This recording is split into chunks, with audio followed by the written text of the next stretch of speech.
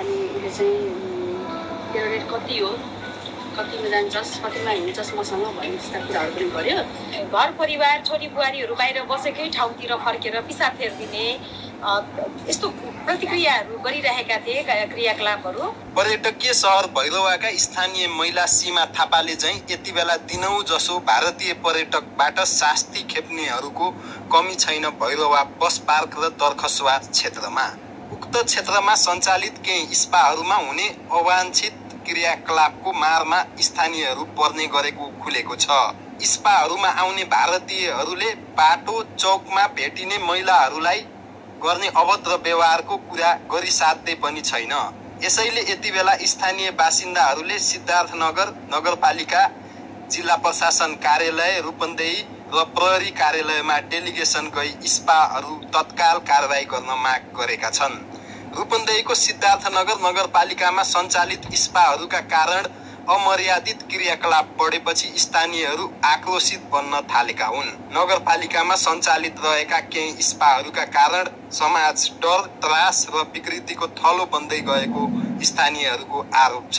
पछिल्लो समय सिद्धार्थनगर नगरपालिका वडा नम्बर 3 दरखसुवामा सञ्चालनमा रहेको रोज स्पामा आउने भारतीय ग्राहकहरूले स्थानीय महिलाहरूलाई अमर्यादित क्रियाकलाप गरेको भन्दै दरखसुवा गाउँ समाज डेलिगेसन लिएर स्पा स्थानान्तरण गर्न माग गर्दै नगरपालिका, जिल्ला प्रशासन कार्यालय र जिल्ला प्रहरी कार्यालय समेत पुगेका छन्। गाउँ समाजका अध्यक्ष विनय गेवालीले स्पामा पुग्ने भारतीय ग्राहकहरूले स्थानीय महिलाहरूसँग अमर्यादित गतिविधि गरेको पाएपछि डेलिगेसन लिएर नगरपालिका पुगेको बताए। त्यहाँ चाहिँ आउने इन्डियनहरू जतिजना स्पामा आउँछन् र तिनीहरू भित्र दारूहरू खाने र चाहिँ बाहिर आएर चाहिँ हाम्रो सेलिब्रिटीहरूलाई चाहिँ तुम्हारा रेट कितना आयो भन्ने, अनि त्यहाँ मन्दिरमा गएर चाहिँ पिसाब फेरिदिने, अनि जहाँ जहाँ लेडिजहरू देख्यो त्यतिर चाहिँ फर्केर चाहिँ पिसाब फेरिदिने र बिचमा चाहिँ यो चेलीहरू चाहिँ बाहिर चाहिँ बरान्डामा चिसो खाएर चाहिँ बस्ने बेलामा पनि पटक पटक चाहिँ तुम्हारा रेट कितना आयो, चलो हमारे साथ चलो, होटलमै चलो भन्ने खालको चाहिँ जुन चाहिँ प्रक्रियाहरू पटक पटक भयो।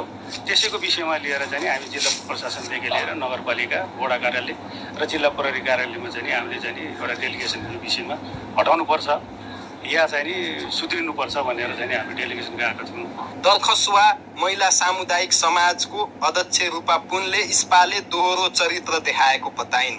पुनले सिद्धार्थनगर नगरपालिका भित्र सञ्चालित स्पाहरूमा विकृति बढिरहेको जानकारी दिन्। विकसित समाजहरू आउँदै गर्दाखेरि यो हुनुपर्छ भन्ने चाहिँ एउटा हो, तर हाम्रो यहाँ समाजमा भइरहेका अथवा हाम्रो नेपालमै भन्नुपर्दा पनि हुन्छ कि जस्तो लाग्छ मलाई, होइन? स्पाले चाहिँ दोहोरो चरित्र देखाएको छ कि जस्तो मलाई लाग्छ। सिनपा भित्रको स्पाहरूमा चाहिँ विकृतिहरू पनि भइरहेको कुराहरू हामीले सुनिरहेका छौँ, अथवा स्पा भएको ठाउँमा हाम्रो स्पामा आउने भनेको विशेष गरेर भारतीय व्यक्तिहरू आउनुहुन्छ र उहाँहरूले एउटा गलत तरिकाले गलत नजरले चाहिँ हामीलाई हेरेको हामीले महसुस गरेका छौँ।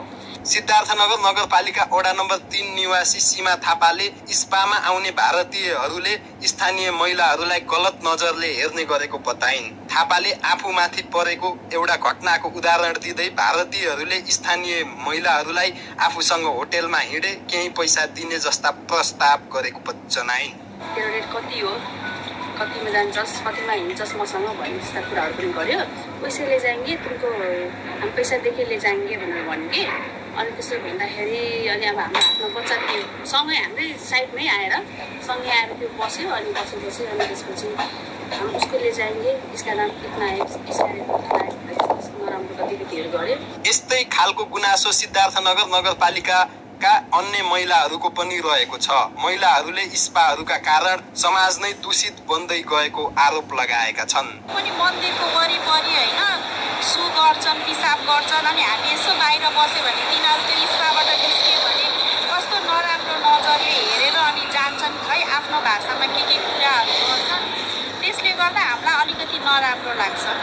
अनि मेरै अगाडि पनि अब त्यो पिसाब थियो, अनि त्यसको माथि हामी गएर भनौँ स्पाको माथि उठाइ यसो गऱ्यो भन्दाखेरि उसले भन्यो हाम्रो यो स्पाबाट बाहिर निस्केपछि बाहिर जेसुकै होस् हामीलाई केही मतलब छैन, बाहिर जेसुकै गर्छ हामीलाई मतलब छैन भनेर भन्यो। बुहारीकै अगाडि पनि निकालेर पिसाब फेरिदियो।